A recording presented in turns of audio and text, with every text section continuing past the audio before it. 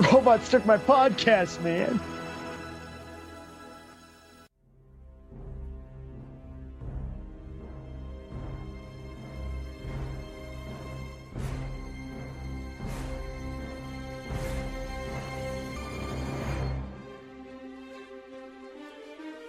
I met a hooded man today who bade me warn you not to harm his people.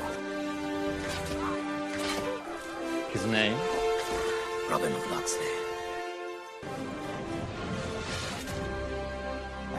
The prodigal son returns.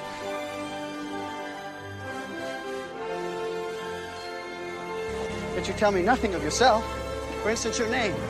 Azim, what does it mean? It means great one. Robin Hood steals money from my pocket, forcing me to hurt the public. And they love him for it? Yes.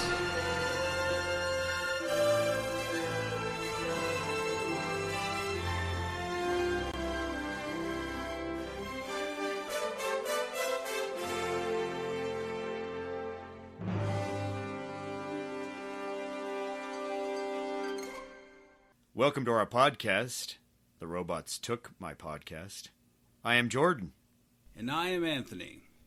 Anthony, what movie are we talking about today? Well, my lord, we are talking about the 1991 film Robin Hood, Prince of Thieves, starring Mr. Kevin Costner. Is that your best Kevin Costner doing an English accent impression? That is the best it gets, yes. Academy Award-winning Kevin Costner impression, thank you. Just to kickstart the history, just to pad this podcast out with a little bit of history filler on this movie, because it does have an interesting history in my opinion. So this is Kevin Costner when Kevin Costner is at the height of his Hollywood power. This is right after Dances with Wolves. Pre-Waterworld. Pre-Waterworld. This is post-Oscar Dances with Wolves as well, because he won Best Director and Best Picture. And his buddy from Waco, Texas, Kevin Reynolds, who directed him in a movie called Fandango in 1984. And then later, Kevin Reynolds directed a big chunk of second unit on Dances with Wolves, the Buffalo sequence, to be exact. And also helped him as far as being a director on Dances with Wolves if he needed advice on being a director. Also, we have the writer, Penn Densham. His idea was to make Robin a rich boy who ends up being poor and stealing from the rich, so to speak, to help more of the poor. And it was his idea to place him in 1194 AD Jerusalem during the blood-soaked Crusades, and as a prisoner in the beginning of the movie. Well, we'll get into the setting in a second. But yeah, Kevin Reynolds and Costner were thick as thieves, those two, no pun intended. Their friendship was tested during this movie as well. Oh. From what I understand. And in fact, I don't think they would really talk to each other again until Waterworld came along. And I could be wrong on this Hollywood gossip here, buddies, but... Jordan's Hollywood gossip, completely unsubstantiated. And now the Hollywood Minute with Jordan. Anyway. And he also wrote Red Dawn, Kevin Reynolds, FYI. Yes, directed by John Milius, but he wrote Red Dawn, the original. And this movie was produced by Morgan Creek. Morgan Creek had just had a string of hits, including Young Guns, Major League, and Blake Edwards' Skin Deep. And this movie did not have a fancy ride as far as a production goes. Even though its budget did not balloon up like its later competitor Terminator 2 Judgment Day to $100 million, but it still did balloon up to a $55 million budget. It was filmed during a cold season in winter in England. And they filmed in France and England. They filmed all over. So this is apparently, all location they filmed shooting. a big section of it in a big section because they used the towers, section of real castle towers in France. Apparently. But yeah, a lot of it was in England during winter season or during the cold season of England. Cha-ching. Yeah, all that filming outside, a lot of this is exteriors. I don't know how you film in England in winter and get a sunny day. You don't get a sunny day, but you get not rain maybe for 10 minutes. And the sun goes down about 3:30 around that time of year. No joke, hardly at all. It's mostly dark and cloudy during the cold season in winter, and it's rainy. And so that affected everything, and that probably added more time to wait for any light to show up. Yeah, when brilliant you consider idea. early Whoever wants morning. to film in England and where. Well, I mean, what else was going on with Kevin And Costner outdoors. this year? Yeah. Kevin Costner this year was also filming another movie, a little movie called JFK. That would From a come little right town. after, literally, and apparently he had hardly a break even between dances, this movie, and JFK. Apparently, I mean, we're talking about this is a big year of power, a big year for Costner. Pretty much, This was Costner all at his over. peak. At his Pretty peak. much. The studio was nervous about how audiences would react to Costner's lack of accent and performance. And this was apparently due to the fact that him and Kevin Reynolds agreed that the accent was not going to work. He had apparently tried doing it about halfway through the movie, and they realized it was not going to work and it was going to be too distracting for audiences. Even though it ends up being distracted, the fact that he doesn't have an accent. Yeah, and we'll delve into that as the movie goes along. But I can cover more production stuff later on during the rest of the podcast when we get near the end. If you want to start... yeah, let's dive into this movie, though. Let's dive right on in. And so we begin with a just kind of a meh, sort of a, I would say, not It's a really tapestry. thrilling tapestry. I mean, based on the Bayeux tapestry or whatever, the Norman Conquest, Anglo-Saxon tapestry, it looks pretty good. Yeah. I don't know if that's what they were filming or if they made their own, but it's like just words and a tapestry, so that's okay. But it's got, may I interrupt, the Michael Kamen score, which is very, very, very great. Awesome score. Powerful. Very supportive of this movie as well. It's a perfect score that really just loves the movie, its scoring, so to speak. Michael Kamen of Highlander fame, of Lethal Weapon fame, of the Die Hard series fame. Yeah, just a great action movie composer. Just list goes on and on and on. If you wanted Life Force, anybody, list goes on. Oh my! If you wanted anybody to score your action film back then, you had to get Kamen. But he goes a different direction himself, even on this. He actually goes with the flavor of the movie. This is not like a typical. This does not sound like a typical Michael Kamen Die Hard or Lethal Weapon score. No, except for maybe in some of the action scenes a bit, but a little it really does pipey in lend scenes, a little orchestral. Yeah, it's not bad. It's one of the I think a very '90s score, but one of the strong points of this film. I think it fits everything. Absolutely, it's scored well. It matches what's going on. No complaints there. I think his score is what gets you really going for the movie at the beginning, at least, despite the fact that we're just scanning a bunch of tapestry at the beginning when you look at it after a while. Yeah, I mean, it is what it is. It's like a trip to the museum. Okay, But then the action kicks off, and this is probably this is a great way to begin this movie. Oh, it kind of gets you by the throat. Yeah, and probably one of my favorite scenes or series of scenes in this whole film is just how you are thrown into the action. And Jordan, where are we when we enter this story? We are in 1194 Jerusalem, and they are prisoners during the Crusade. Yeah. The blood-soaked Crusade. It's the Third Crusade. Richard III is, I think they said he's in France or he's in the Crusade. He's gone. In every Robin Hood story, he's gone. And I don't think we have to explain who Robin Hood is to anybody. Mm-hmm. There have been 100 Robin Hood movies. Douglas Fairbanks, Errol Flynn. Back then on to today, there's a Robin Hood movie every few years. Just really. Yeah. Just a solid property and a story everybody can get behind and understand. But this movie this movie really puts it in the Crusades, and I like that. Yeah. They're in. I thought prison. That was a cool. Yeah. It made me want to learn about the Crusades, seeing this movie as a younger person, and I mean, it definitely has the grittiness there. At least when they're in the prison, it's very smoky and. You hear the cries of pain because men are having their hands chopped off. Yeah, for being thieves. They're in the Saracen prison. They've got beards and are all chained up. and it's really tense. You're like, wow. It's very gritty. I mean, even for a PG-13 movie of that time period, I think. So there's, like you said, there's tons of hand chopping action. There's this guy chopping people's hands off, and one guy is sort of like, they wrap a tether around the guy's hands and then they pull him across this chopping block.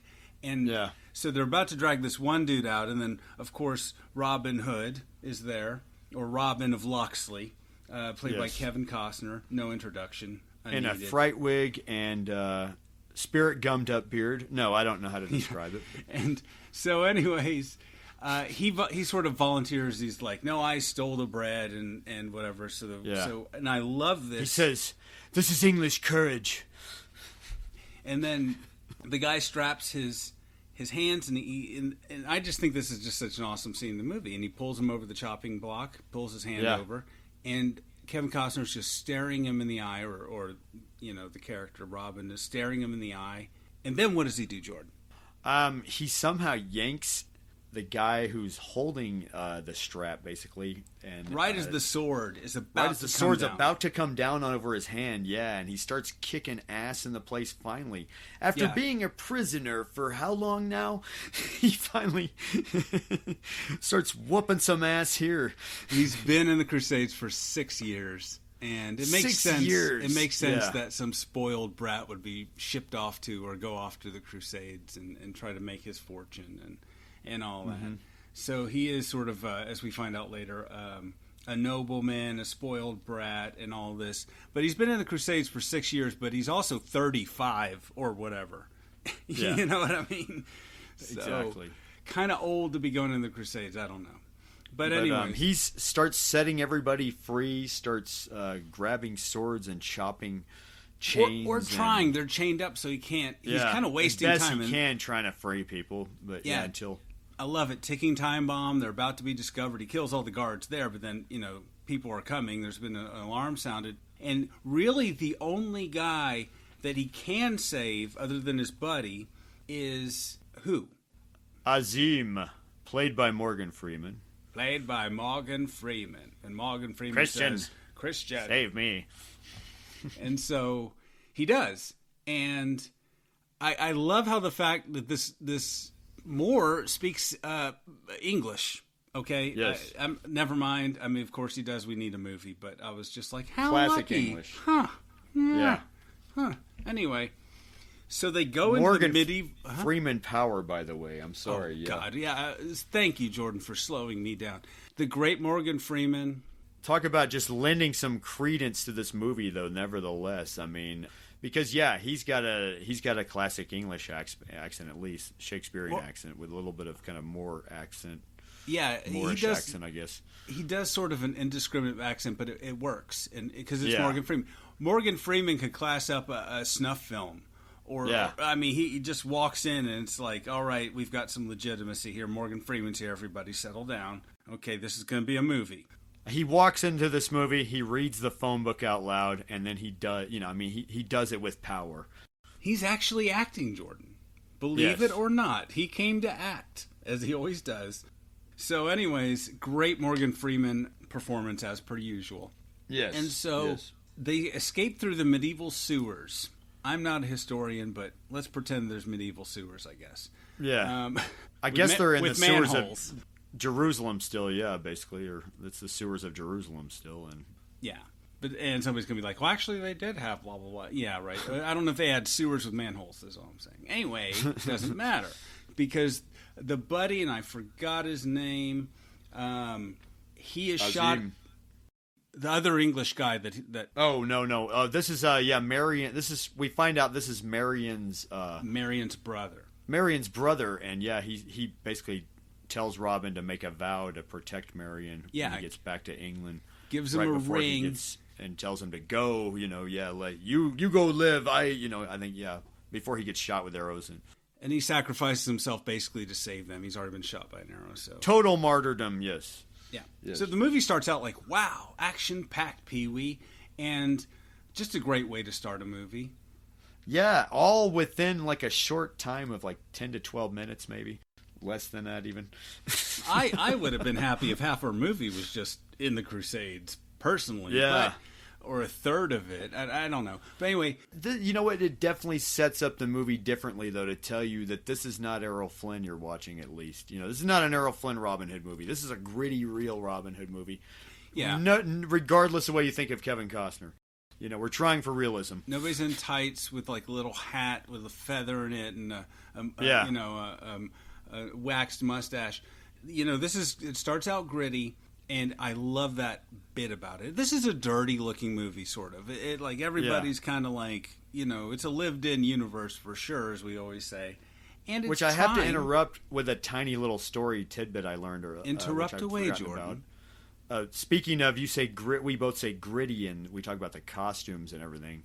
Apparently, on set, the director Kevin Reynolds and the costume guy fucked with Kevin Costner. When they brought Kevin Costner to see what he was going to wear in the movie, they actually had a feathered cap and tights. Oh God, really? That That's was the hilarious. first thing they showed him. Apparently, was that. Which apparently almost made him go off the rails a bit until he realized, oh, they have a sense of humor. Okay. Kevin Costner does not have a sense of humor. And Occasionally, he does not have a sense of humor about these things, from what I've heard. From what I've heard, allegedly. And so Azim, who is his Moorish friend, Azim, yes. Azim, has basically, he saved his life, so he owes him a life debt. He's like, I'm going to hang out with you until I get a chance to save your life. Yep. And or he'd bring dishonor to his family. So that's cool. That sufficiently explains why Morgan Freeman is going to go all the way to England. Yeah. This is the classic life debt. Okay, so then we cut to Lord Loxley, who's writing a letter. Yes. Played by Brian Blessed. Flash Gordon Power, you know. And he also played Friar Tuck in a Robin Hood movie. British actors, I don't think you can escape a Robin Hood movie. Yeah. Of a certain age. There were several Robin Hood movies made in England before this, but yeah, there was one made that came out around the same time of the year. It was one of those odd coincidences, I think, once again. And I think there was 2 TV productions, I think, that were about to run the same year anyway. There was a Peter Bergen TV rendition. Is that his name? Oh, Patrick Bergen. That's Bergen. what it was. It was Patrick Bergen and Uma Thurman, I think. There was a Patrick Bergen, thank you. A version that I saw like a while back that I thought was really good, actually. I think it came on A&E network about a month before the movie was released, I think, or around the same time. Cha-ching. Cashing Possibly. in. Yeah. But anyways, so we cut to Lord Loxley, Robin's father, and he's trying to get his son released, and then all these men come in and, I think he's writing a letter to King Richard to get his son out of prison because he doesn't know he's escaped yet, obviously. And that's what I think it's all about, as we hear in the voiceover narration as he's going to pay a bounty. Eating. Yeah. And so his servant, Duncan, comes in and says, hey, there's some men here to see you, or whatever. Or no. Let me scratch that. They rang the doorbell. Yeah. So basically they send a guy in who's one of the villagers, and it's all a ruse, Jordan. It's all a ruse. The villager guy says, there's someone to see you, knock, knock. And he goes outside, and then there's a bunch of men. But he arms himself before he does it, because he knows it's a ruse, basically, oddly. I mean, obviously. But he puts his armor on, and he grabs his favorite sword. His only sword, or whatever, his favorite sword. His favorite sword. Grabs his favorite sword, the one with the, The one with the name. His name on it, that says bad motherfucker on it. Yeah. And so he runs outside, and then there's a bunch of guys in white robes in a really pretty good scene. Yeah. And it's creepy. It looks like something out of Tombs of the Blind Dead, a Spanish horror film about the Knights Templar being devil worshippers from the Crusade. Anyway. Yeah. They're in white robes, and of course, we see the Sheriff of Nottingham remove a mask, and his face is revealed. And who plays the Sheriff of Nottingham in this film? Alan Rickman. Rest his soul. May he rest in peace. Oh, what an actor. And talk about lending some power to this movie. And apparently, too, I learned another fun fact.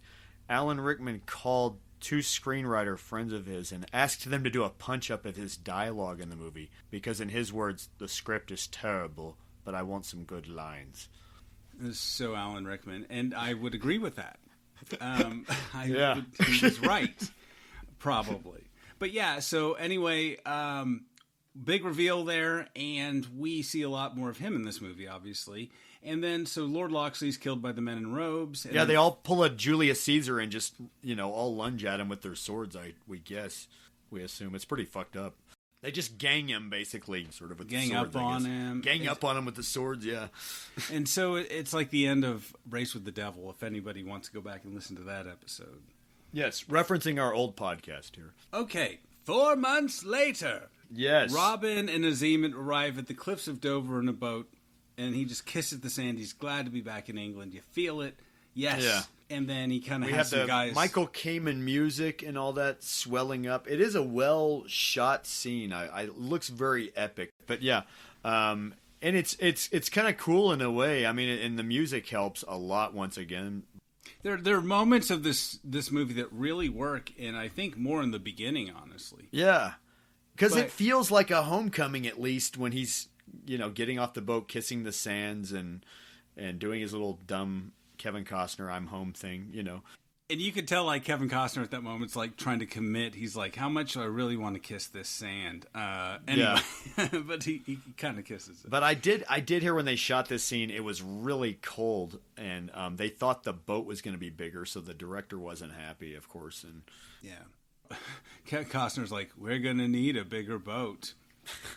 We're going to need a bigger boat." So anyway, Robin has the guys on the boat attack Azim to, I don't know, sort of release him from his life debt. Like when you just got there. You could have done that in France. But no, we're going to wait till we, step shore on England, and then now your ass has to get back. We got all the way back to England, and then you tell me you want to, yeah. And I mean, but it's weird that he has his guys jump him, though, at the same time. Like he says, I thought you'd say that.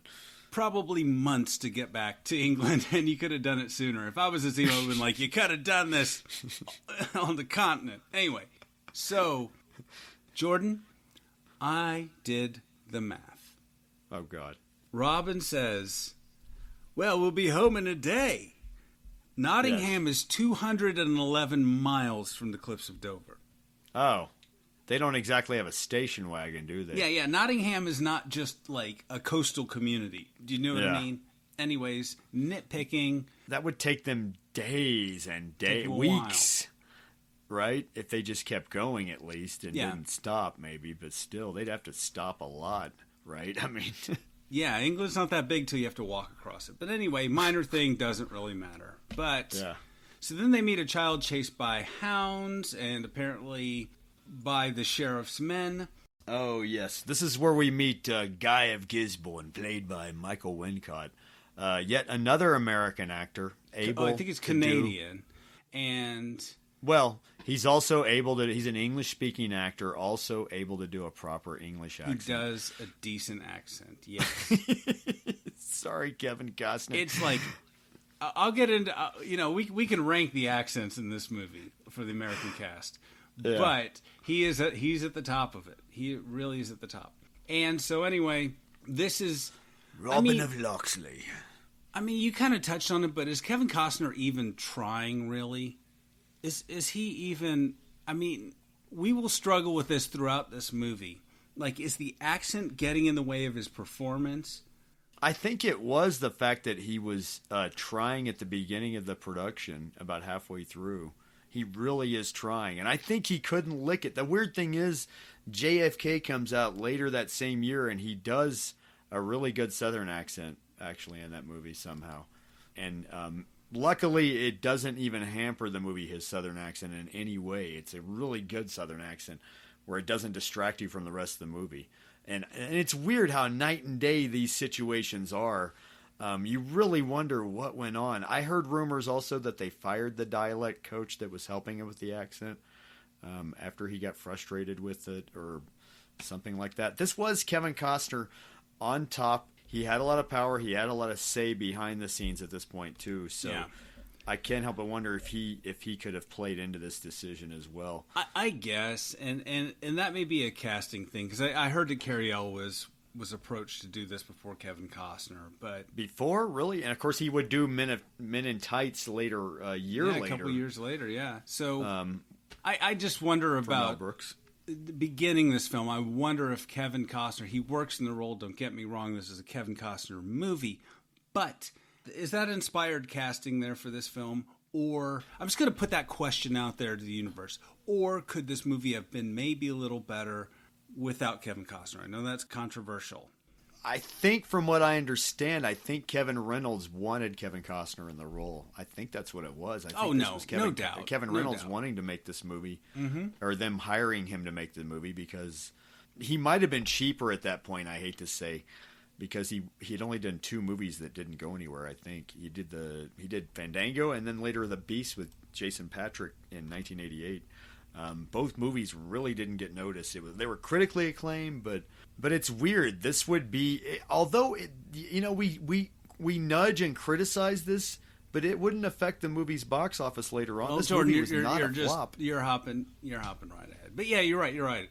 So let's get back to the story real quick. And so he saves the kid, kills some of the sheriff's men, and of course Guy has to return back to the sheriff.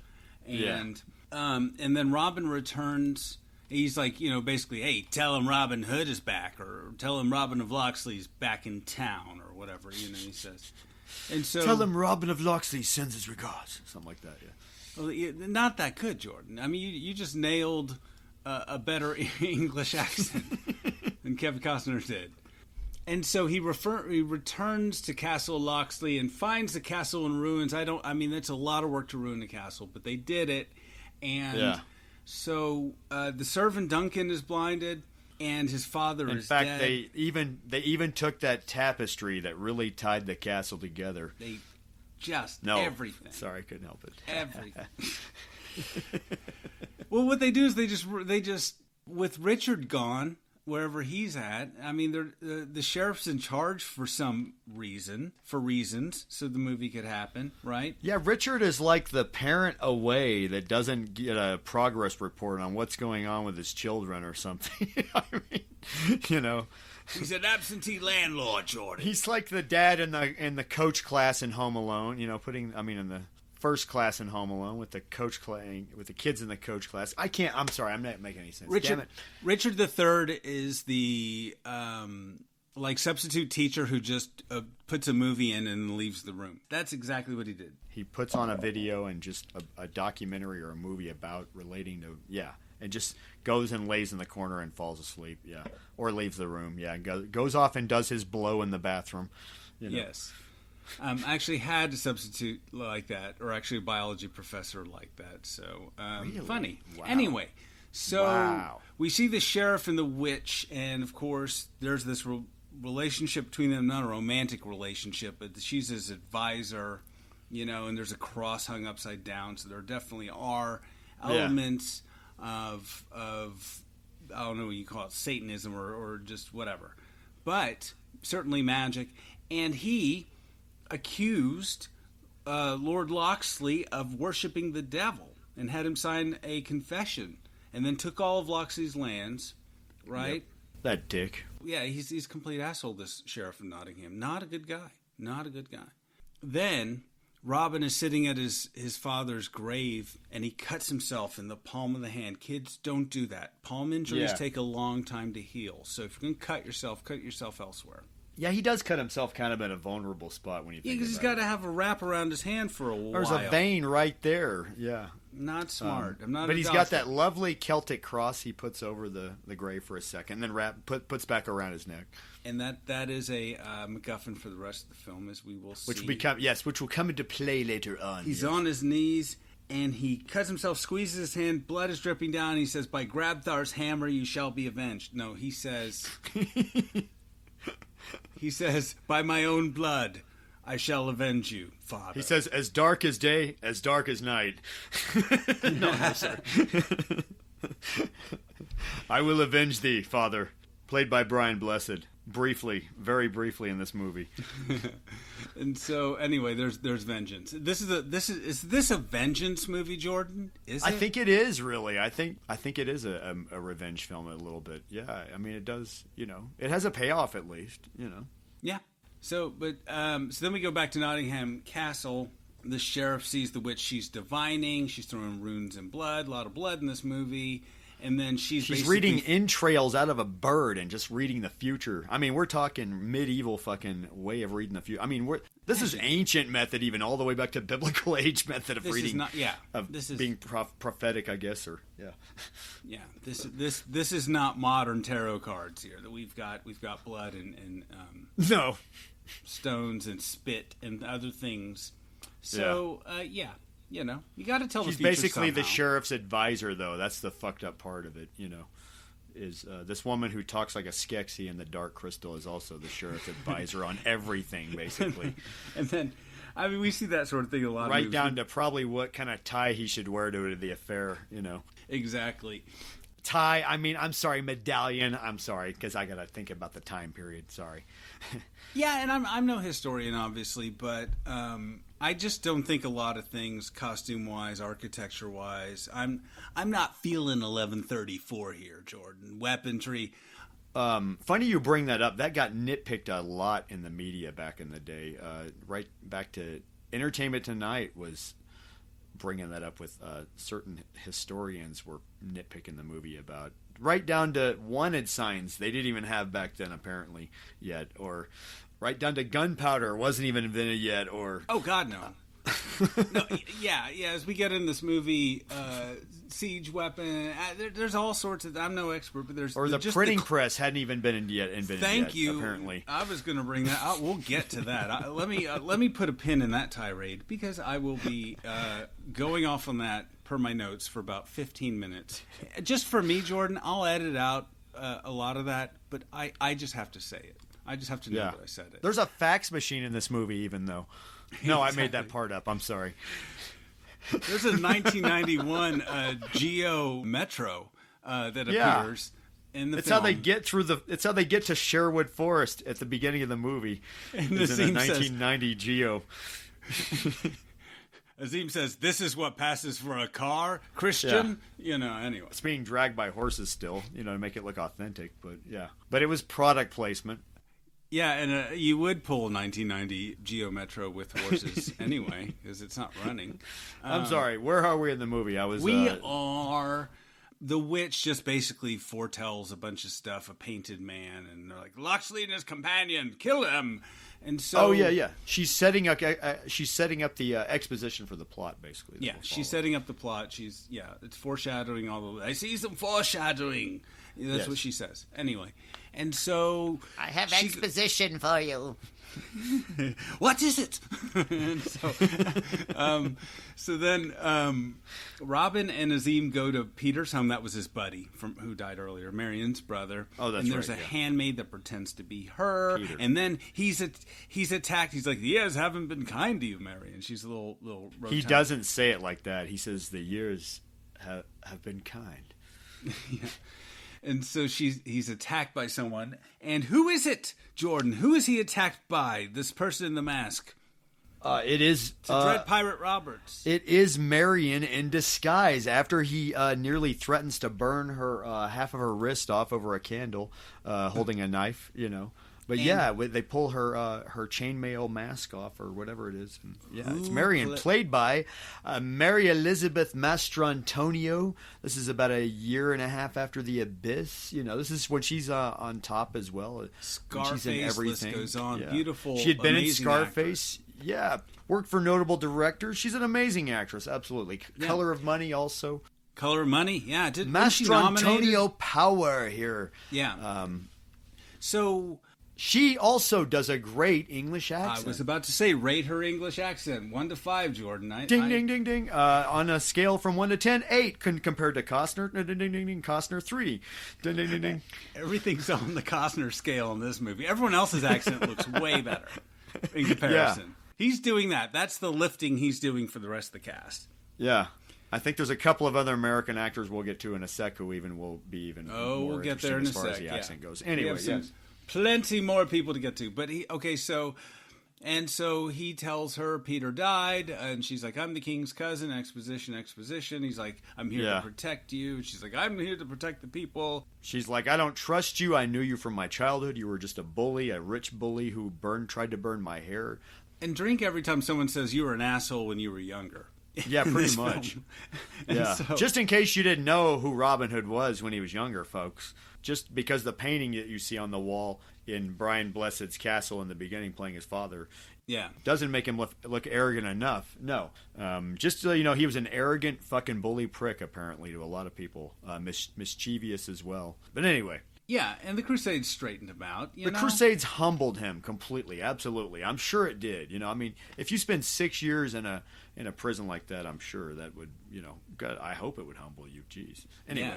And so anyway, the sheriff's men are stealing her horses, and then they chase Robin and Nazim and Duncan, and then they go back into... up. I think they're stealing the horses, and she's accusing them. She's letting them take her horses, and as the men are... Yeah, they're taking her horses, and then they see Robin and Nazim, and then like, oh crap, chase scene. And Duncan, I think, yeah, still. And Duncan. And then they go to... Where do they go to, Jordan, to escape? Well, they almost hesitate. They stop at Sherwood Forest because Duncan says, "Yes, master, Sherwood is haunted." And then Costner says, "What, Anthony? Can you remember the line?" No, I stumped. Okay, I'll say it then. Either we take our chances with the ghosts, or become the ghosts ourselves. There is some good dialogue in this movie. There's some funny one-liners here and there, and just some really thoughtful dialogue. I don't know how it's delivered always.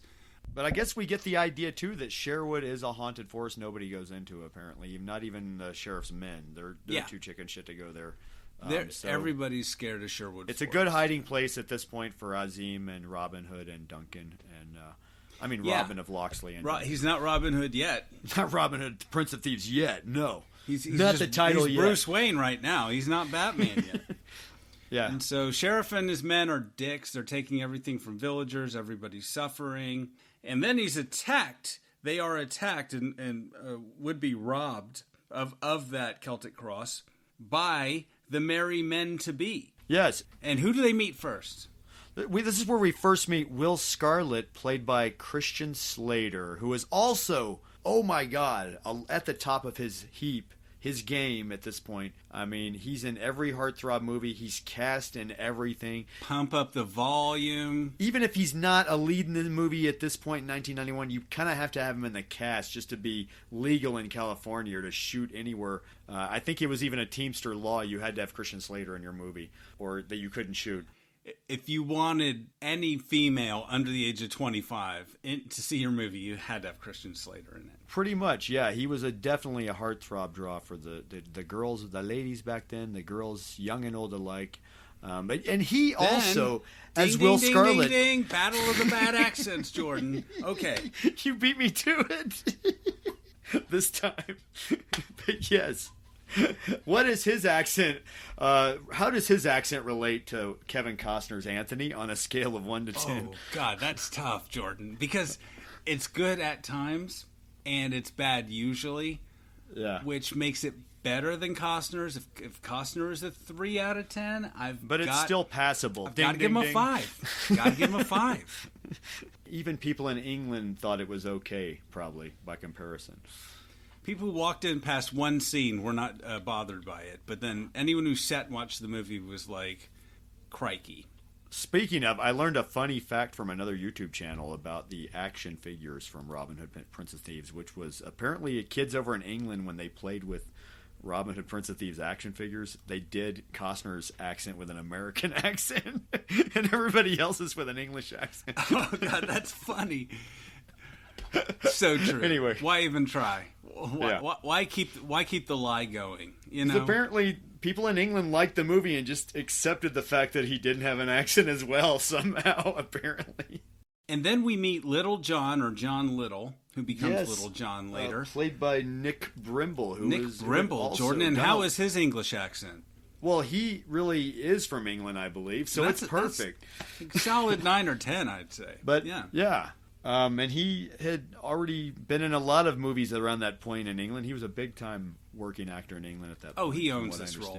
He's really great in it. And he's perfectly cast, absolutely. Having real Brits act alongside Christian Slater and Kevin Costner just makes their accents look even worse. And it elevates the movie somewhat, at least a little bit more, to where you realize, okay, at least this is somewhat authentic in some places. Yeah, and they have a good fight on the falls there in Sherwood, and really, really fun fight. And then, sort of Robin Hood ingratiates himself to them. And apparently, once again, this is another scene that was really uncomfortable to film because the water was freezing. Oh, I bet it was cold as crap. And you can see the people's actors breath. are sparring with these big, giant, real sticks of wood, apparently, not rubber. Yeah, it looked very real. But yeah, so then he sort of joins them. And they're all outlaws, too. And Robin says, I'm an outlaw also. I killed the sheriff's men. And they're outlaws for not paying taxes because, of course, the sheriff's taking everyone's stuff and all their money. So they accept him for not just being a rich boy, as they first think he is, apparently. Yeah. And then, so that happens. And then Robin Hood goes to church in disguise. You've got to have Robin in disguise in all these movies. And he doesn't find the Lord at church, but he does find Maid Marian. She tells him he's a wanted man, basically, and that he's wanted for 100 gold pieces, I think. Or 100 pieces, that's what it is. Yeah. And he says, is that all? Which is kind of funny. Yeah. And then he sees the bishop, right? And while he's talking to the bishop or whatever he is, he's not a priest, something higher than a priest. Yes. There is a discussion, or not really. So the sheriff starts hitting on Marion in church. Yeah. Hard, and he gives her this dagger, which we see many times throughout this film. Yes. He gives it to her as a gift, an offering, or something like that. Protect yourself. He's really trying to get in her pants. Yeah. We cut to the bishop talking to Robin, who's like, well, your father he confessed to worshiping Satan. And Robin just looks at him and is like, you're lying. He would never do that. And then we realize the bishop is on the sheriff's payroll as well. Pretty much, yeah.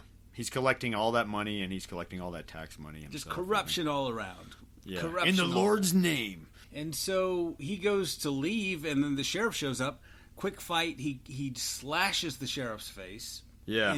And this is whenever I think the music really takes off. Some good music to this scene as Robin escapes on the sheriff's horse.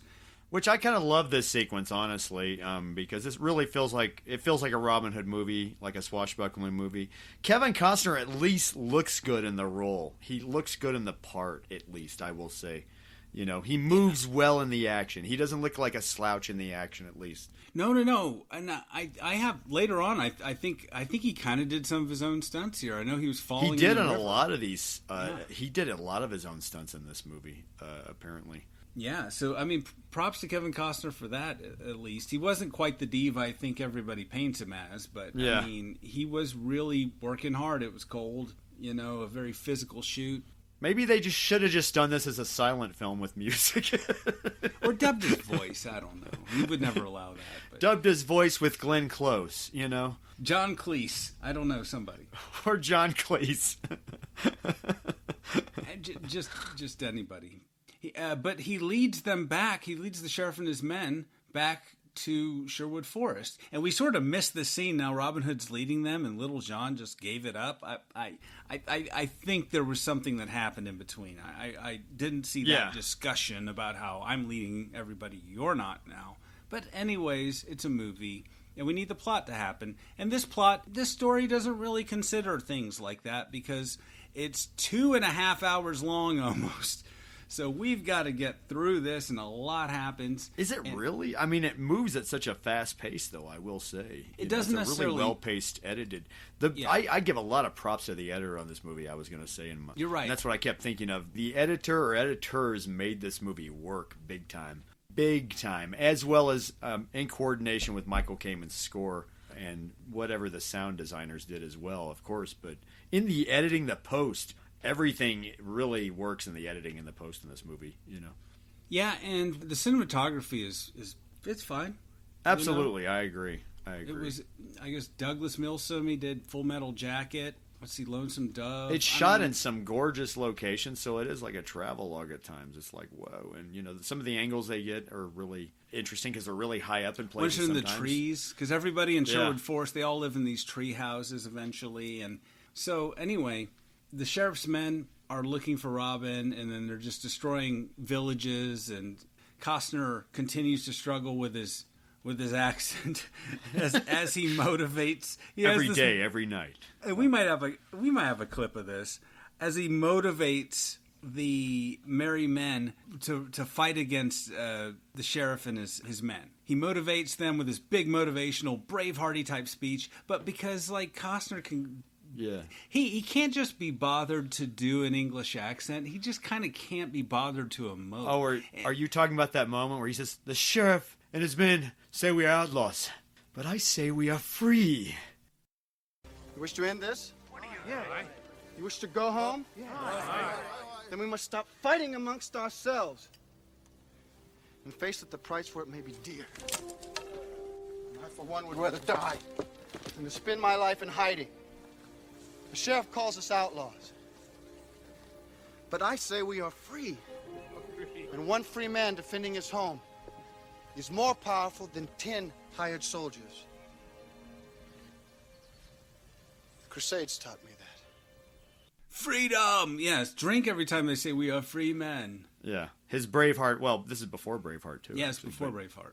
His Braveheart before Braveheart speech, but yes. Yeah, and it's kind of choppy with him moving around. And anyway, I just wish that could have been a little more rousing, but it works, I guess. Yeah. Kevin Costner is sort of monotone. He's a monotone actor. Yeah. His name, I shall call him Two Socks, and he is whatever movie he's in. Critics complain. I know Siskel and Ebert back then, and you can probably see this on YouTube if you look it up. They compared this like to Gary Cooper being in Robin Hood. Like Errol Flynn playing Robin Hood. Errol Flynn was English, you know, that was appropriate. But Gary Cooper, it's almost like if you cast Gary Cooper as Robin Hood, you can't picture Gary Cooper trying to do an English accent either. And Kevin Costner was very much the modern Gary Cooper at that point. Or Glenn Ford even, you know. It's almost the same. It's like casting Glenn Ford as a Robin Hood. Yeah, casting Christopher Walken as Robin Hood. You get one tone, you better like it. He might look the part, he might get the movie made, but, you know, the accent and all that, the authenticity of everything, yeah, that's another thing. Anyway. Yeah, so rousing speech, sort of, and then we get a training montage, a making arrows / training montage. Which and then has that really cool, iconic shot of the arrow POV shooting into the tree. Yeah. You gotta have that shot in every Robin Hood movie. There was nothing like that in a Robin Hood movie before that, though. That was almost like a Star Wars approach to getting a shot of an arrow. Yeah, I see what you're saying. Yeah, you're following the arrow. Yeah, following that's the right. arrow It's into a almost tree, like into whatever. Bullet time from the Matrix. Exactly. I mean, that was a pretty new thing in movies back then, you know.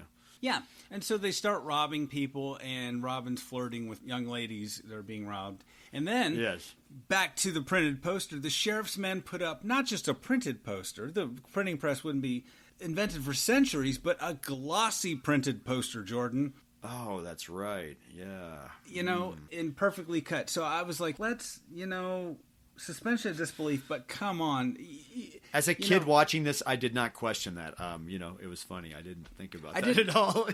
I guess I was watching in HD, so I was like, they just keep putting up these glossy posters because an arrow hits it, and it's Robin and his men coming in to rob the sheriff's men, and I was just like, look at that white-backed printed, I just went over to FedEx Kinko's, not a plug, and I got some posters printed. And that's exactly what that looks like. Lazy is what I'm saying. I was going to mention just the laser light pointing into the witch's lair every time Alan Rickman visits the witch lady, advisor, prophet, whatever. Actually, they did have rudimentary lasers back then, Jordan. You don't realize that. In the 12th century, they did have...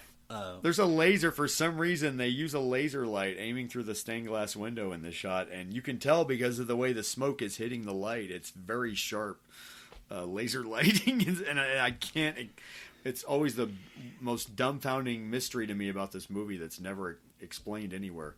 Yeah, that and the Geo Metro, there are a lot of anachronisms that you really have to deal with. Like some of this architecture, I'm like, I'm no architecture expert, but I don't think they had like these vaulted domed ceilings and stuff. And I don't know, but anyways, doesn't matter. In the year 1194, is that what you're saying? I'm just saying. I think they were wearing rags and everyone smelled like horse crap. That's what I'm thinking. I don't think it was nearly as... They probably didn't brush their teeth, yeah. Because here's the thing. How does Robin get his white so white? There's a scene later on in the movie where he's wearing this, like, flowing shirt that looks like from another area. This flowing shirt, it's completely white. You live in the middle of the woods, dude. He figured out a way to starch it on the waterfall rock, maybe. I don't know. You know what it was? Azim had some sort of magic bleach that he made out of roots. That's it. Azim, completely. He was the one that had the starch remover and the stain, the ring around your collar remover. Azim MacGyver's his way through this whole movie. If there's something that needs to be done, he's got a little thing that he could do. He delivers a baby via cesarean, and he's the hand of God pretty much in this movie. He's the Deus Ex Machina in this movie throughout, constantly. So then Robin and his men rob the sheriff's men, which really pisses the sheriff off. And then we meet Friar Tuck, who is an asshole, really. He's fat and drunk, as we would expect. But he loves beer. He loves beer, as he tells us many times in the movie. Beer and the Lord. And the Lord and the beer. Well, which does he love more, Jordan? I don't know. I think the beer. Which is once again another American with an accent. I think. And at least he sounded like American in the behind-the-scenes thing I looked back on earlier today. But yeah. Mike McShane, American That's right, actor. Mike McShane, that's right. Yeah. He is American. Yeah, he's in a bunch of stuff. Yeah. Okay. So American actor, I think he's got a pretty good accent, Jordan. I would rate it a 6 out of 10. Compared to Costner, ding, ding, ding, ding, ding, ding. On the Costner scale. Anyway, so Guy returns to the sheriff. He's like, hey, we've been robbed. Guy of Gisborne. Then what does he do? Then what does the sheriff do? Oh, is this where he says, why a spoon? Yeah, but more importantly, I would say he kills him. Oh, you mean where he's, we see the sheriff testing the swords. We're skipping ahead a bit here probably, but yeah, he's testing the swords that they're making there in the castle. Yeah, I guess they're in the bowels, and yeah, Guy tells him how he failed or something, and the sheriff stabs him, and he says, well, I guess I could have used a spoon or something like that. Yeah, it's great. Yeah, because earlier the sheriff said, I'm going to, like, kill you with a spoon to Robin or whatever, and he was like, what? I'm going to cut your heart out with a spoon. And then Guy said, why a spoon? It's dull, you twit. It'll hurt more. So Alan Rickman has yet begun to peak at the Alan Rickman level of overacting in this film. The beauty of it, though, is... He's ramping up, though. He's becoming frustrated. Yeah. And so we're getting about a level 5 Alan Rickman performance here. He is so great an actor, though. He was so great an actor when and so great in this movie. I believe he could have done this in his sleepwalking, honestly. Literally, Robin of Locksley. I mean, he could have phoned this performance in his sleep as well, and it would have been great still. Okay, so Maid Marian rides with her handmaid into Sherwood Forest, and then what does she see, Jordan? Ooh. Oh, my God. She sees Robin bathing naked under the waterfall, and he's walking out of the waterfall all naked with his buttocks all out, engorged and tingling. No. Sorry to quote Church Lady there. A shot for the ladies. This is for the ladies from Kevin Costner, and I believe it is Kevin Costner's real buttocks, and clearly, being a fan of the male butt myself, he has no butt, I'm sorry, but no. I didn't realize you were such a fan of the male butt, yeah. That's another story, Anthony, but we'll get into that later on. But I'll tell your wife. But to Costner's credit, he did flash his buttocks himself, so that's pretty bold. I mean, he showed off his butt. He's willing to show his ass in the movie. Hey, I mean, he's getting paid enough, I'm sure, and that probably added about $50 million to the box office. So oh, absolutely. The ladies were all the housewives. Wait, we saw his butt in Dances with Wolves, didn't we? Yes, we did. This would be the second time we saw his. Did we see his butt in Waterworld? Did we see his butt in JFK, Jordan? Oddly, no. That was weird. No, but we saw Kevin Bacon's ass. I think. Yeah. If I remember correctly. Sorry. We're going to kick off a new podcast, and Jordan's just going to talk about male buttocks. Yes. Male buttocks in film. I can't say butts. I have to say buttocks. Yes. Male buttocks in movies. And so anyway, now, this is a movie in 1991. We're going to talk about the male buttocks. Now, The Doors, 1991, the same year, was not actually Val's real butt. Sorry. Anyway. And so, yeah, this was a year for the male button film. Okay, but that was my side note podcast, just a preview of that, male buttocks, just now, yes. Anyway. And so, we get some romancy stuff between Kevin Costner and Maid Marian. That's right. We start hearing that little Everything I Do under the soundtrack, kind of, in the instrumental very way, and Michael Kamen beautiful way, the yeah, and it gets all romantic, yeah. And that's when we get that presumably cesarean birth scene. It's pretty funny because like Azim is like, and this is Little John's wife, he's like, oh, the baby's turned. He's like, oh, well, I know how to do this. We've got to do this thing. And then nobody wants to trust him because there's a little bit of racism here. Now, well, you skipped ahead just a little bit because this is before we just saw Robin showing Marion around the village in Sherwood and showing all the riches that they had taken, you know, that they were going to give back to the poor and that they were sailing. That was basically their sort of their I guess their bank account, their fund going on there that he showed her, you know, and all that. And we get some relationship building changed. Between Robin and Marion, and yeah, they've got money, so he's got money, you know. And she sees that he's not the spoiled rich boy anymore because he says, "Man's defined by his actions, not his words." Marion, something like that, you know. And Marion girl, this guy lives in the woods with a bunch of dudes. Relationship advice to people in the movies. Yeah, think about this dude. Yeah, he's got a little money. He's got a little money to throw around, but yeah, you know. I don't know, girl. You want to live in the woods during the rain in England? I don't know. During the cold season in England, you want to live in the woods unless you got plenty of firewood. Well, you might have plenty of firewood. I don't know. Yeah, you know. His dad worshiped the devil? I don't know. I'm just saying that Sheriff of Nottingham, I don't know. So, but God, I mean, these are women's options during the Middle Ages, during the post-Crusades, as just either the Sheriff of Nottingham, who's either going to RAPE her, or some guy who lives in the woods. That's it. Or some guy in the woods who she might be in danger of being raped, or possibly, or just basically living like a savage with this guy in the woods, you know, if she falls in love with him. Yeah, I mean, some women might argue their options haven't changed, but I would say, one or two things. Although the sheriff's got a castle with a fireplace at least, but, oh, goddamn. But the sheriff's got, you know, witch connections and devil connections himself, so I don't know, man. There's not much options for a girl in this age, I'm what do afraid. You do? Yeah. What's a lady to do? Okay. What is a lady to do? Oh.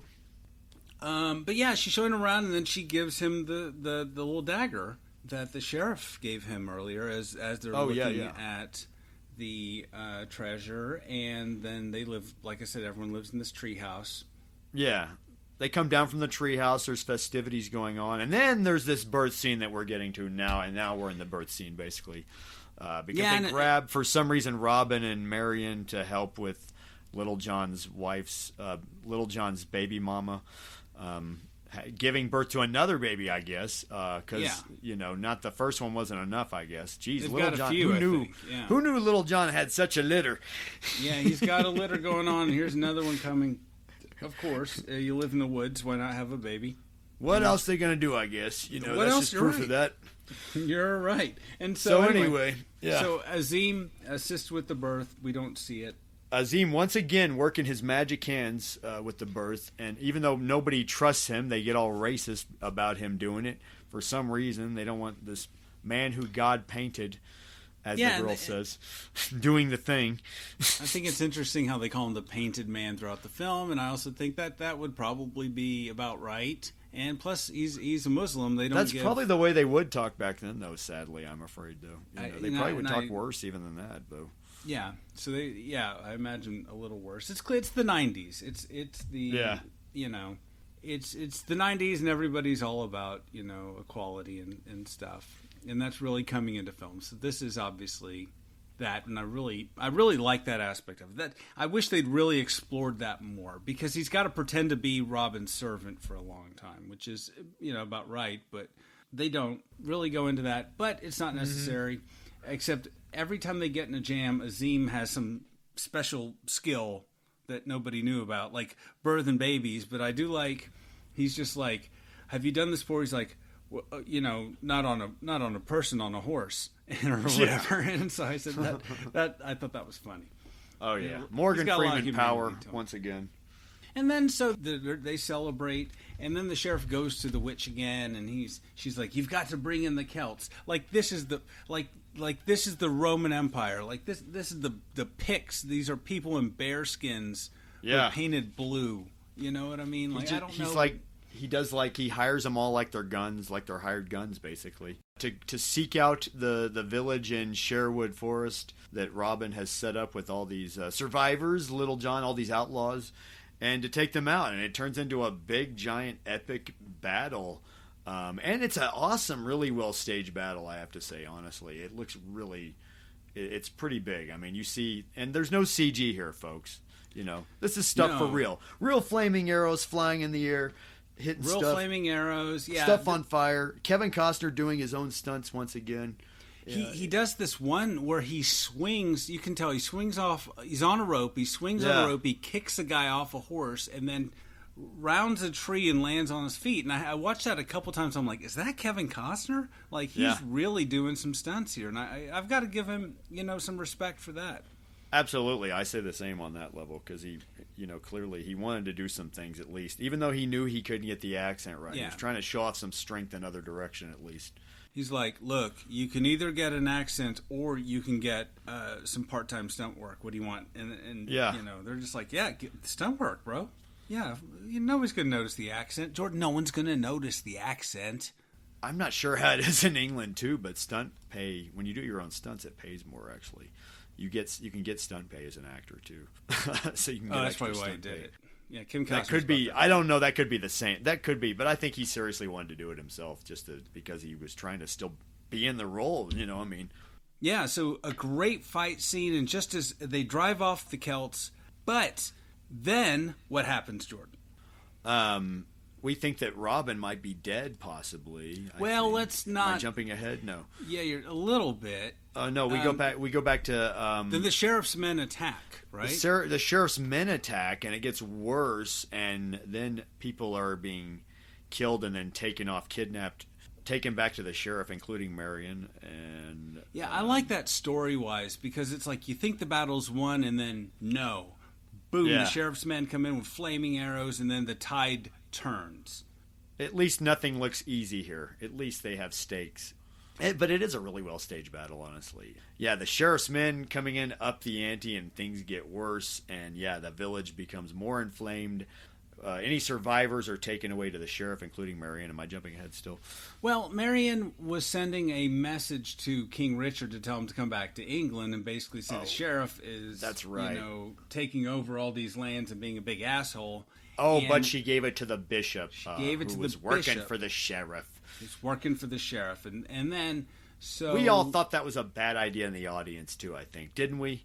We all thought that was not a good move. That was a bad call, Ripley. Maybe I wasn't 100% at that point on the bishop, but then I was like, yeah, that's pretty much what did it. And then the sheriff was like, oh, basically you're found out. He has the message, right? And then everybody's captured, or we think Robin Hood saves Little John's wife during the fight, and then he's swinging on a flaming rope, which is just really sort of cheesy editing, because we see the rope on fire, and then we see him swing, then we see the rope on fire again. Anyway, he lands in this on this straw hut, and it's on fire, and we're like, oh, he's dead. And then he lands into a straw, foggy stunt bag. And then the sheriff is basically like, hey, Robin Hood is dead. Everyone says he's dead. People are saying Robin Hood's dead. And then he's like, marry me. And she's like, what am I going to do? I guess. Because Jordan, the guy in the woods is dead, so she's got to marry the sheriff, right? I mean, there's those are two options. One is dead. So what are you going to do? She doesn't look happy about it at all. She looks like she's going to try to escape probably or something at some point. And yeah.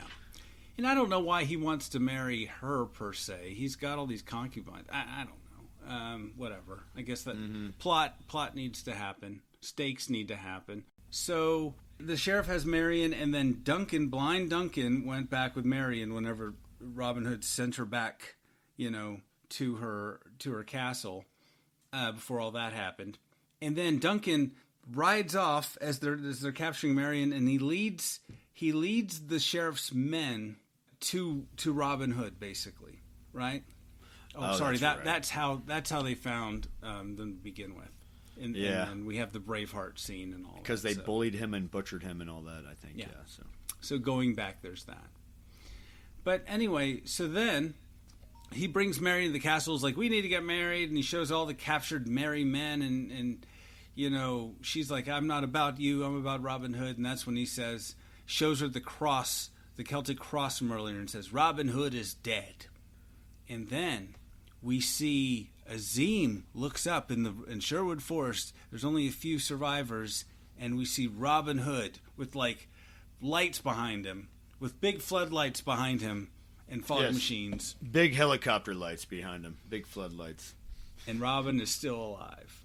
And it's the silhouette of Costner. Costner alive as Robin Hood. Da-da-da, da-da, da-da-da. Yeah. Real missing. The sheriff hears that Robin Hood is alive. And then Will Scarlet, who is hanging upside down, Christian Slater is hanging upside down. Yeah. Is like, I know where Robin is or whatever. And this is great upside-down acting by Christian Slater.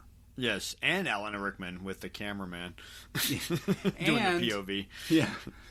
And I don't know if it's the blood rushing to his head, but I think at that moment, Christian Slater does his best English accent. I'm going to knock him up to a 6 or a 7 at this point. Okay? Oh, yeah. Maybe it's maybe it's because he's hanging upside down and I don't know. You're forced to do an English accent. And we're like, yeah. So he's like, I'll go, find Robin Hood. And we're like, why would Will Scarlet betray him? Because he wouldn't let him dance with Marion earlier in the movies. He wouldn't let him dance with Marion. But Will Scarlet has this grudge against him. It's never explained up until at some point. Yeah, in a minute it's explained. So he goes. Yeah. And then we never understand it, though. We're like, good God, what is up his ass about? What is with him and Robin Hood? Jeez. God, what'd he say? God. What we have, Jordan, is we have a 90s drama alert. He goes in there and he tells all the men that, hey, all the merry men that are left, all the other guys are going to be hanged that were captured for the sheriff's wedding. Because, you want some entertainment at a wedding. Let's hang about 30 people, as you do. And then Robin Hood's like, why do you hate me so much? And then he's just like... You made him sound like the Californian from Saturday Night Live. Why do you hate me so much, Robin? I came here from the 105 to tell you how much I hated you, Robin. I took the Ventura all the way. Scarlet, what are you doing here? Sorry. And so he's like... Yeah. Will Scarlet, what are you doing here? I thought you were dead. He's like, we're brothers. He said, the mother, and we got this whole thing earlier. You went a little Keanu there. That's bogus. Yeah. But after Robin's mother died, okay, here we go. I'll go through this. After Robin's mother died when he was younger, his father, Lord Loxley, was seeing this other woman. Flashback and then Robin scene. threw such a fit. No, there's no flashback scene. Yeah, there's no flashback. There should have been or something. I don't know. Yeah. But anyway, he's like, yeah. And then Will Scarlet is like, because of you, your father cast my mother away. And then now, my life was shit since then. And now I'm living in a forest. Thanks, Dick. Yeah. And then he's like, we are brothers, kind of scene. He's like, I have a brother. I have a brother. So Loxley got a little strange with Scarlet's mother, and yeah. Yeah, poor guy. Yeah, he had a bad half man. brother, but he was orphaned by his rich family. What a dickhead family, man. Yeah. There's some growth there. There's some bonding. It feels a little Game of Thronesy. It's okay. It's before good. Game of Thrones too, also. Before Game of Thrones, yeah. And so they concoct a little scheme to go to the wedding, and then That's when we find out how Azim knows how to make gunpowder. And they're going to... 5 people are going to, take over this whole wedding. They're going to sneak in with a couple swords of bows and arrows and stuff, and then take over this whole wedding. And we don't really see the plan. But it looks believable when they, when they let her execute this. Yeah, the plan really doesn't give us, it's a bunch of rubbish, as the English would say. But I love a good old heist, and this is like the heist scene, and everyone's setting up and doing things, and I like that. It's got that whole setup kind of feel. It's got the whole, all right, yeah, exactly. It's like this is staging the battle. And I love how it's all staged with sticks and just, wood and all that. And, and they're poking swords in the ground or knives in the ground at the same point, showing where you're going to be at this point, where you're going to be at this point. Although it pays off, though. Pretty much. I mean, it really does. I mean, the plan goes awry because they discover Christian Slater. I think is it Little John's son, outs him, and he's got the sword, and because he's about to be hanged. Little John's son is about to be hanged, and they're hanging a boy. Damn movie. Yeah, which just shows you. I mean, that would have happened in the Middle Ages, I guess. Yeah, and they do hang him. They do hang him, and honestly, Jordan, I'm no hangman. I don't know much about hanging, Jordan, but the point of a hanging is to break someone's neck, not to have them choke to death, unless I'm wrong, unless they hung people differently back then, Yeah. Everyone here drops about, I don't know. It's not? What? What do you mean? 10 inches, maybe, and they're just all hanging by their necks choking, including the boy, which is damn. You mean the ropes are a little snug, a little too snug maybe. But what I did notice from the scene, so they capture Christian Slater, and one of the they position these gunpowder barrels to blow up, and Christian Slater is the hangman sort of lashes him to one of them, so that kind of that's when the plan starts to kind of unravel. Whoops, that was part of it. Yeah. But the hangman, did you notice that he hocked a loogie on Christian Slater's face in this scene? Oh yeah, that's right. Yeah. Was that intentional? Because by the look on Christian Slater's face when the big old loogie falls on his face, it didn't look like he was expecting that. Was that the hangman actor getting a little too into the role? I don't know about that. I'm gonna have to go back and find that DVD and listen to the commentary again on the extended I watched cut. it a couple times. And yeah, it's gross. Anyway, so Robin shoots the boy down, and then Azim gets up there. They're fighting with everybody, and then he rallies everybody to fight in a better rallying cry scene than arguably Robin Hood had earlier in the movie. Oh yeah, Morgan Freeman power all the way, fight for Robin Hood. Just it's this is your time to be free. Everyone talks about freedom. He basically says freedom before Braveheart. He doesn't go on too much either. He doesn't go on a 40 year kind of speech or anything. He gets to the point with the shit. That's the beauty of it too. Yeah. You want a rousing because it's right in the middle of this. It's a pause in the middle of this battle, which isn't done yet. We don't have time for a long drawn out speech. You're right, Jordan. And that's what every rousing speech should be. If it's not pre-battle, if it's in the middle of the battle. Unless it was longer and they cut it down to that amount. I don't know. But I may be a Muslim and you are all Christian. Now let's cut that. Let's cut that part out. Let's cut that out. So anyway, was it ever established that Robin of Locksley was a good archer? I mean, prior to him in Sherwood Forest, he's a great archer now. Yeah, he's amazing now. But I don't recall anyone saying, "Robin of Locksley, well, aren't you a good archer?" I just would have appreciated that because he comes out of nowhere being a good archer, which means. This isn't this story's version of Robin Hood. Everyone knows Robin Hood's an archer. Let's check the box. Yeah. The movie didn't show us that little thing, but important thing. We did not get an origin story per se here, Anthony, I guess. I'm just saying little things like that. No, you're right, though. I guess we should have had some explanatory scene where we showed some flashback of him as a boy with bow and arrow at least or something. Or show a flashback or show him in the Crusades when he's breaking out of prison making a bow and arrow maybe or something. And shooting some dudes, Or just somebody saying, "Oh, didn't you win this contest?" Or just one line could have... I guess we just assume because he was a soldier in the Crusades that he knows how to use a bow and arrow, because that was a primary weapon. That, a sword, and a crossbow were probably the primary weapons of choice in in the Crusades, I imagine, Yeah, but not an English longbow. I don't know. I'm not a historian. I'm just saying that I would have appreciated that, because now he's awesome. Now he's like shooting ropes and he's everything he touches, 2 arrows at once. 3 arrows he's at become once. Hawkeye, Jordan. He becomes Hawkeye in the last, He totally does. I mean, but it does, like, it's kind of, this is like the comic book version of Robin Hood. Yeah. It's a graphic novel version of Robin Hood, basically. They're having fun here. Yeah. And then so he and Azim catapult over the interior wall of this castle, which, boy, you need a lot of... They didn't know what was on the other side of that wall. Hopefully there was a stunt mat underneath on the other side. Oh, wait. That's a leap of faith I don't think many people would take, because nobody knows what's on the other They side. land in the hay, but it's only hay, hay, hay. I might fall from a catapult. I'm sorry. And Doing so the Fall Guy theme with that. they catapult over the wall. And may I interrupt too? This is the first time we hear an F word in a PG-13 movie. One of the first times in history. Oh, did they? I think, yeah. Doesn't Christian Slater say, "Fuck me, he cleared it"?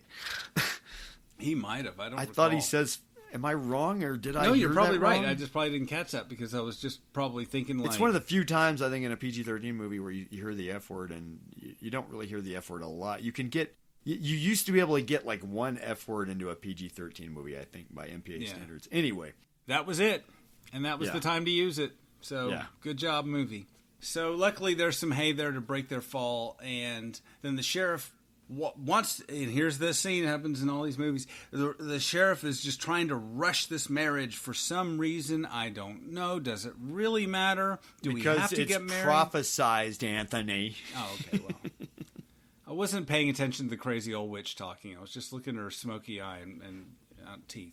Anyway, so, he wants to get married before, Robin Hood shows up. And then this is when he ratchets it up. This is when he goes into like 6th gear, and Alan Rickman begins to overact hardcore and save this movie, basically. This is the creepy part too at the same time when you look at it, because it's like he's trying to also get her pregnant at the same time. Yeah, literally Robin Hood and Azim are trying to knock down the door, and he's like... I'm putting it lightly too when I say that, of course. The bishop's trying to marry them, and he's like, good enough and whatever, and then... He's trying to impregnate her against her will. Impregnate her against her will, which we have a word for. It's unfortunately called rape, and it's I've already used it twice in this podcast. It's neither funny nor fun, nor should it really be the... I laugh uncomfortably, yeah. Yeah, should it really be the last act of a film? I mean, but it's played for comedic effect, which is really weird, and I know it's a movie from a different time. The same thing practically happened in The Devil's Advocate, if you remember. Another 90s film that we reviewed a while back. Another impregnation scene at the end of a film. No, that was like in the middle where it was kind of more messed up, but still, because they'd implied that the devil had done that to his wife. Anyway, no. When I don't want to talk about that film. It happens at the very end, during Al Pacino's speech. Oh, that was more willing though. He was like, "She's ovulating," and she was that like, was willing. opening but, herself. Let's not get into that. But I'm just saying, this is a quasi-comedic rape scene, and I don't recall many times in the history of film I have seen a quasi-comedic rape scene. Even to the point where Marion's just like trying to close her knees. It's really weird. But anyway, so Robin Hood, what does he do, Jordan? He He tries to break in with Azim using the sculpture of the sheriff.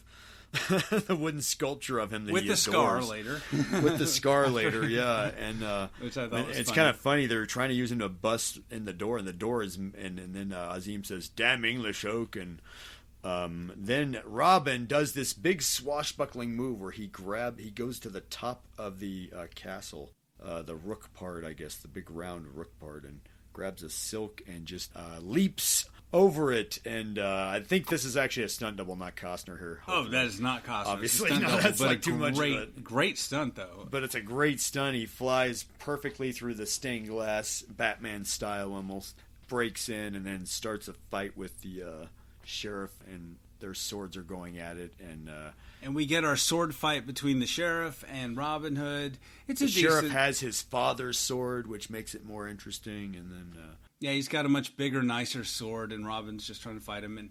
And it's really a sloppy, not really sloppy and poorly executed, but I like a good sword fight where people are kicking furniture around and falling I like the over. down and dirtiness of it too, where it feels more realistic that way. At least it doesn't feel like a staged sword fight, because we find out Robin's blade isn't as strong as the other blade, that kind of thing, and I'm sure And that's kind of believable.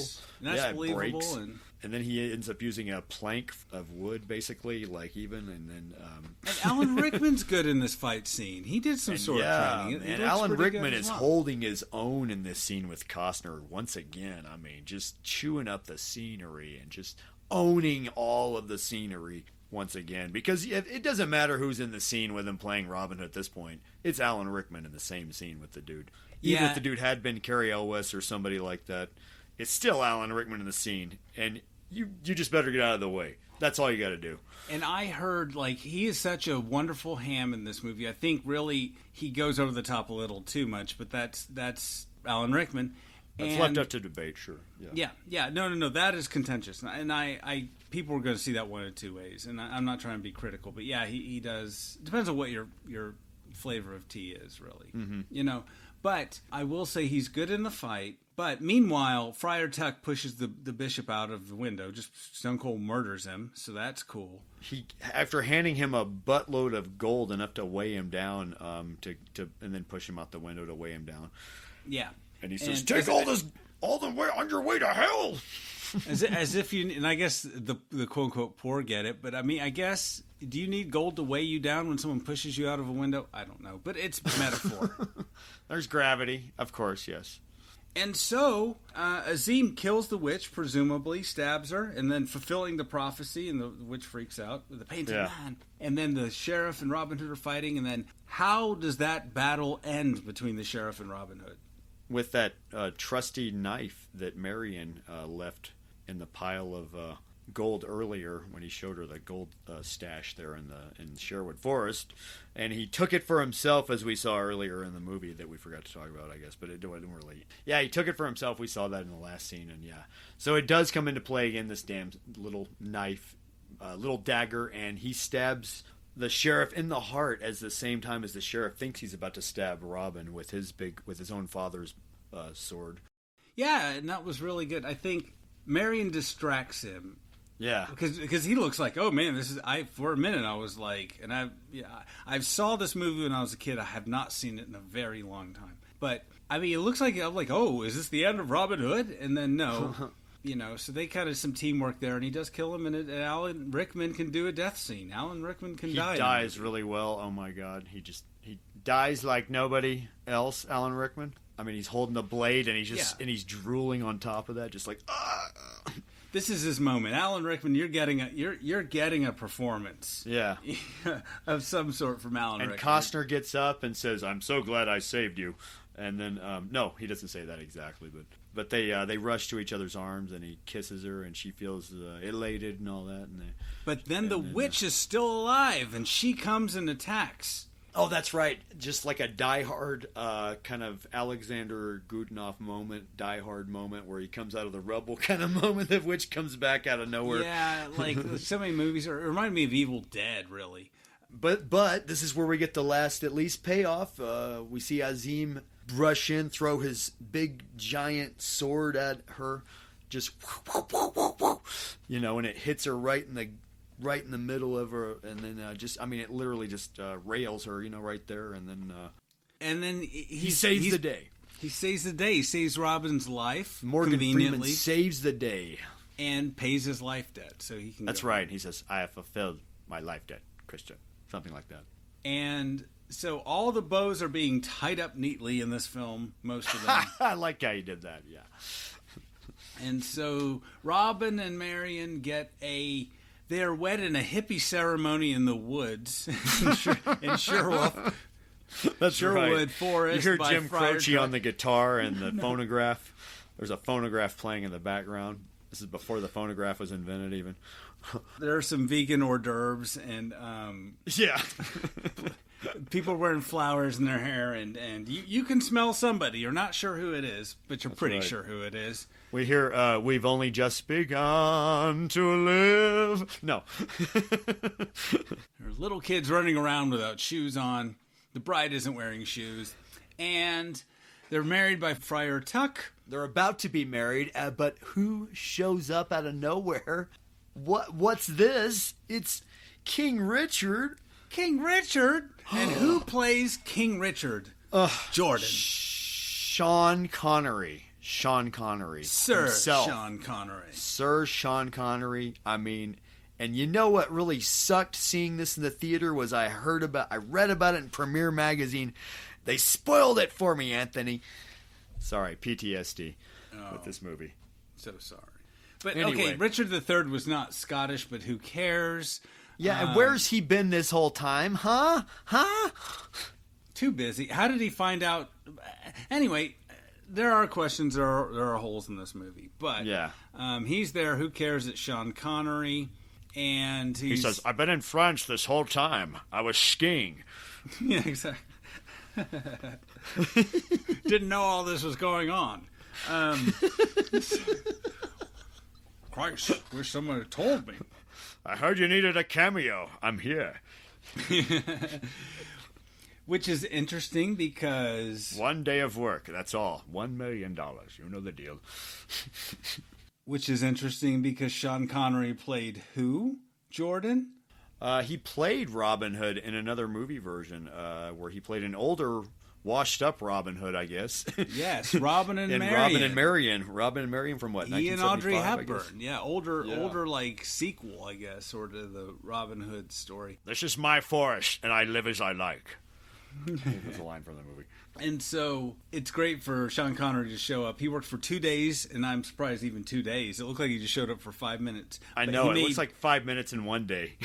Made $250,000 for the Just role. showed up in his limo, rolled out, did the dialogue, got back in his limo, left. Apparently, I don't know if it's Wikipedia or where I read this, but he wanted $1 million. And he settled for $250,000, and the production gave it to a charity. So Thank good for him. Thank good for God. him. Man He of held the Year out. award. Oh, thank God. He held out like Marlon Brando. And that's the movie, Jordan. What? That's it? That's it? What? Movie. That's it. No post-credit scene. No, nothing. That's it. I do remember also in the theater, it was, everybody when Sean Connery showed up was like, oh, Sean Connery. Sean Connery. Shocker, I totally forgot, Jordan. I totally forgot he was in this movie. This is It's one of the funny, though. I do all-time- forget every time I watch this movie again that he's in this movie until the end of the movie. I'm like, oh, and I'm actually surprised every time, honestly. All kidding aside. This is, because the movie's so damn long. You forget how it ends. You're like, oh, yeah, that's right. Watching this movie for days. It's not that bad. It doesn't feel that long. It's a fun 90s movie. That's what more can you say? Was it? How could it be two? I'm sorry. Back to the 2 days of work Sean Connery did again. He only has he barely has any line, and all he says is, "You won't give away the bride. I'll be the one to give her away," or something like. Yeah, he says, "Unless if I'm allowed to give her away, you look beautiful." It took 2 days to do that. Day one, he says, "Don't give away the bride." Day two, he comes in and says, "I'll give the bride away." A lot of setup between those scenes, Jordan. You know. Did they have to rehearse the day before? I mean, what the fuck? I mean, I'm sorry. I swear to God, Sean Connery just literally got out of his car, said, "I'll give the bride away," and then that was it. I swear to God, that's what happened. I wasn't there, but that's what happened. Okay, he didn't have a car. Maybe he had to actually go out to set in his horse. Okay, sorry. A little thing he had to do, maybe, But you just love to see Sean Connery, And But yeah, the end of this movie, The Rock, Sean Connery. We could criticize this movie all we want. We can rip apart Costner's accent. The fact remains this movie made $390 million worldwide back then, over a $55 million budget. And it was I think it was second or third that summer that it came out. The same summer Terminator 2 came out. Second highest gross, I don't know if US or worldwide after Terminator. Successful movie. Yeah. By anyone's standard. I mean, and even the studio knew, I think Morgan Creek and Warner knew that they were nervous about Costner's accent and his performance, and they tried to edit the movie heavily up until release date, to the fact that where it annoyed Kevin Reynolds, and Kevin Reynolds quit. Kevin Reynolds, the director, once again, he quit before the movie even got released because he was so sick of the editing and just being in the editing room constantly and out of the editing room. And basically, I think at one point they took the movie away from him pretty much, and this also soured the relationship between him and Costner somehow during the movie, because they had a difference of opinion on things, and I imagine Costner's ego was probably very much bigger at that point compared to when they first started. Kevin yeah, Costner, I hate to say it. I mean, this ego. is, And the thing about this movie is that it made $390 million, but where did all that money go, Anthony? Outdoor shooting, big actors, big salaries. I don't know what Costner got, but it was a big chunk. No, apparently Costner joked on the DVD in 2005 that he was still auditing Morgan Creek when the Morgan Creek logo came up. I am not making that up, which makes me wonder if he ever saw any of that profit that the movie made. So where did that 390? Apparently Morgan Creek too apparently just ended up in financial trouble years later. So it makes you wonder where all that money went. It's like all the money they made, what happened? I mean, I just think filming outside, big sets and things like that. It's not a cheap movie, but it was a good investment. It made a lot of money. Yeah. The film's trailer helped. It was a very strongly well-edited trailer. It had music from James Horner's score from the movie Willow over it, which helped a lot. The trailer had no scenes with Costner's dialogue in it at all, actually. It was a very action-packed trailer. Just saying. And, critics were strongly urging audiences not to go see this movie, that it was dull on the screen. Yeah, they were just saying, you're better off going back and watching the Errol Flynn version, some of them were saying, even. Any Robin Hood version. But audiences actually loved this movie. I think the Disney cartoon is probably, from the 70s, is probably my favorite rendition of the Robin Hood story ever. Oh, yeah. I'd probably rather watch that movie than this movie, to be honest. But nevertheless, audiences love this movie. The box office showed as well. And it had a hit song, Jordan. That's right. Everything I Do. I do it for you. Sung by Mr. There's Bryan no Adams. Love. Mr. Bryan Adams. Sir Bryan Adams, yes. Canadian Knight. Canadian. Knighted by Canada, yes. And so it was a Billboard top 100. I mean, topped the Billboard charts for forever. Yeah. I think it was 7 weeks at number one. Absolutely. It was everywhere the summer of 91 on the radio. Played on every radio station, yeah. So that bolstered the film as well. You know what I mean? It definitely helped. It didn't hurt, that's for sure. That song was nominated for an Academy Award, Jordan. It was. That's true. It didn't win, but it was nominated that year, right? It was nominated. Did it win? I think it did not win. But did it not win? No. What did it win? What did win that year? But I will tell you, this film was nominated for a number of different awards. Oh no! One of which was a Razzie.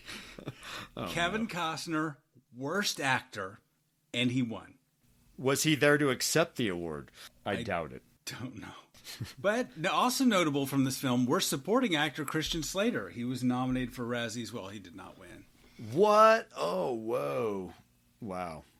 So even back then, people were divided by this film. I just think this is a fun night at the movies. I think it was then. I think it is now.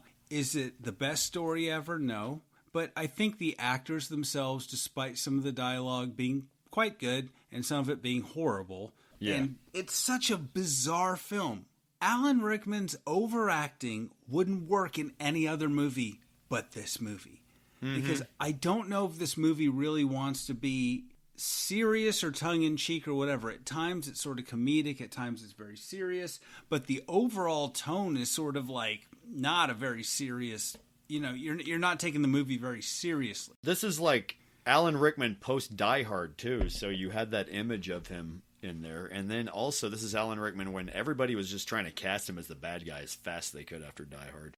because there was Quincy Down Under right before this, I think with Tom Selleck, where he was the bad guy as well. I mean, just Quigley Down Under. Yeah. He was the bad guy in so many movies, but I mean, but I don't know. It's a fun, stupid movie. It's a definition of turn your brain off. Don't think about it. Mm-hmm. Could this movie have been better, Jordan? Like with a better plot or... And I know it's Robin Hood, the story's sort of set in stone, but you can do things. I do think it does do some kind of interesting things. Bringing in Morgan Freeman's character, who's wonderful in this. That's an interesting angle, an interesting twist. I love Morgan Freeman's character in this movie. I love the fact that he's like a wizard and wizard-like in a way. Well, to these people, all of his stuff is very scientific, though. I love that. Because I joke about him being the Deus Ex Machina, but that's the thing, too. He's showing that he's more advanced than these people in England are about some things, though.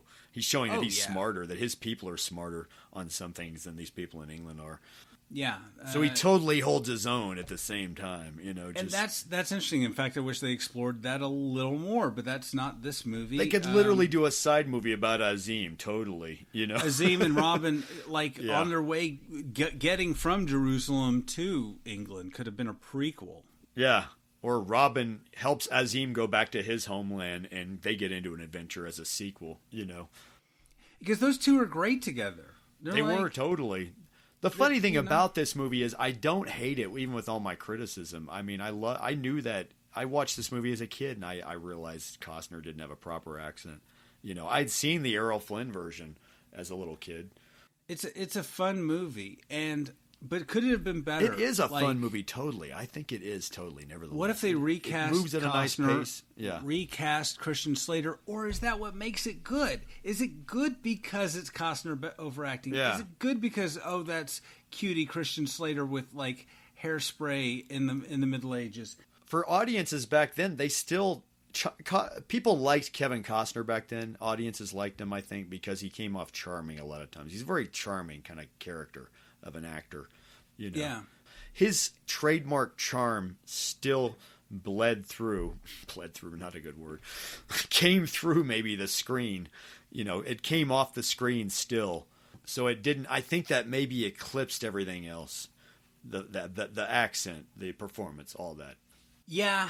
Maybe that's what it is. Generations of scholars will debate whether Kevin Costner was overall a good actor. Obviously, he's good in certain roles. Yeah, there's, in fact, a whole USC class dedicated to just dissecting Robin Hood, Prince of Thieves that is just for extra curriculum, apparently.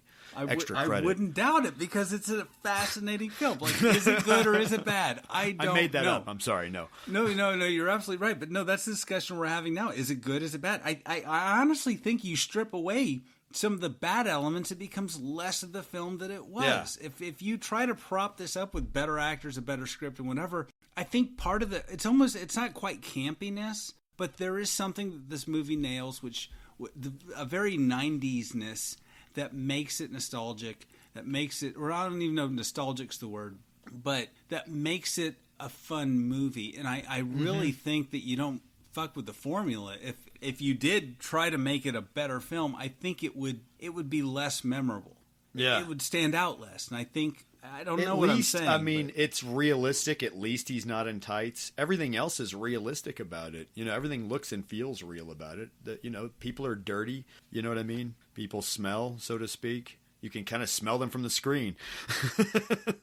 Maybe that's what we love about this movie. Yeah. But it's also a very fast-paced movie for that, and it's well done. I think it's well done in that time period, just the way Batman came out and surprised people, even with its flaws and plot holes. Maybe it's that kind of thing. Robin Hood is essentially a superhero, right? Yeah, he's the original sort of superhero of sorts. I mean, he's a mythical character, obviously. He's just a giant archetype. Yeah.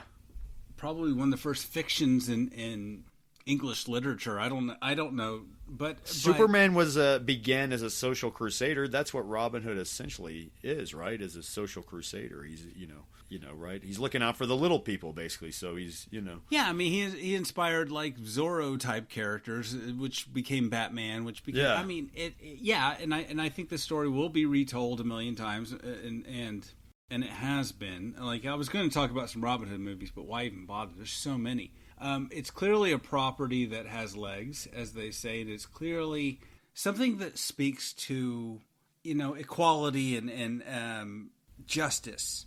Yeah. And just outlawdom and all of that stuff. He's against the law. All of those things that we see in superheroes today, Robin Hood sort of embodies, and Kevin Costner does in this film. And this film certainly does that. Yeah. In a more modern way, but it kind of made it look more realistic as opposed to prior movies, I think. But it's slightly American. It's got an American flavor, I guess. Maybe that's what it is. It's got an American accent. Yeah, you might as well drizzle ranch dressing all over this movie. It's certainly. I mean, it is an American film. But okay, it's Jordan, deep fried, all that. What kind of rating would you give this movie? I would still give this movie a 7 out of 10 arrows.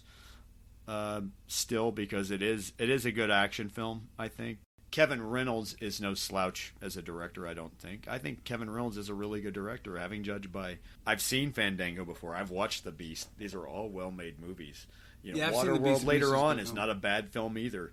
Yes, they would later do Waterworld. That may be another topic of discussion. Maybe we'll talk about Waterworld one day, but I just don't want to have to sit through that movie. But that is not a bad film. But it's not a bad film. That would later could have saved that movie for sure. Yeah, I think that would sour their relationship for a minute as well. Once again. Well, but anyway, I agree. What do you rate it? I mean, out of 10. I give it probably about the same as you, 7, maybe even an 8 if I'm feeling generous. If my brain is on, then a 4. Or 5. If my brain is off, then a 7 or an 8 for sure. Alan Rickman eye rolls. Oh yeah. Oh, Alan Rickman eye rolls. That's a nice rating. Yeah. Sorry, 7 out of 10. Yeah, 7 out of 10. I agree with you. It's a fun night at the movies. If you saw it as a kid, then it's going to bring back memories. It's a great 90s movie.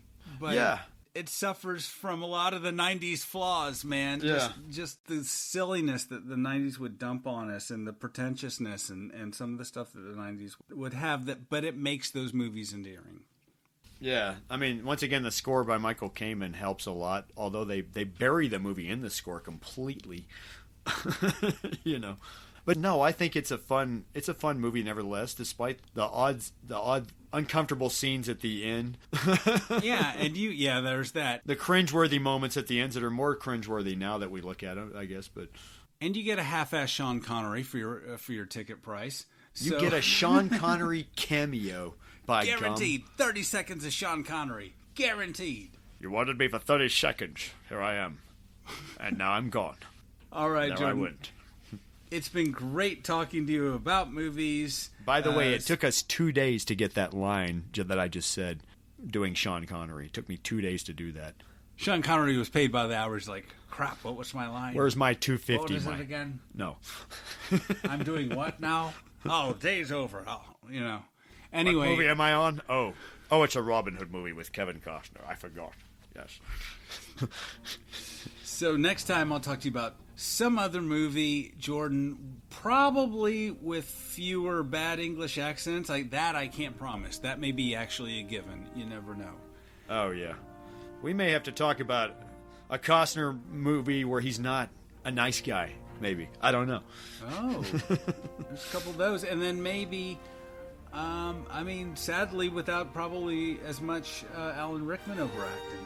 Oh, yes. Well, I don't know. Trademark. Maybe we shouldn't jump the gun on that one. Yeah. All right, everyone. Thank you so much for listening. Every single one of you that listens to each of our episodes, we really appreciate it.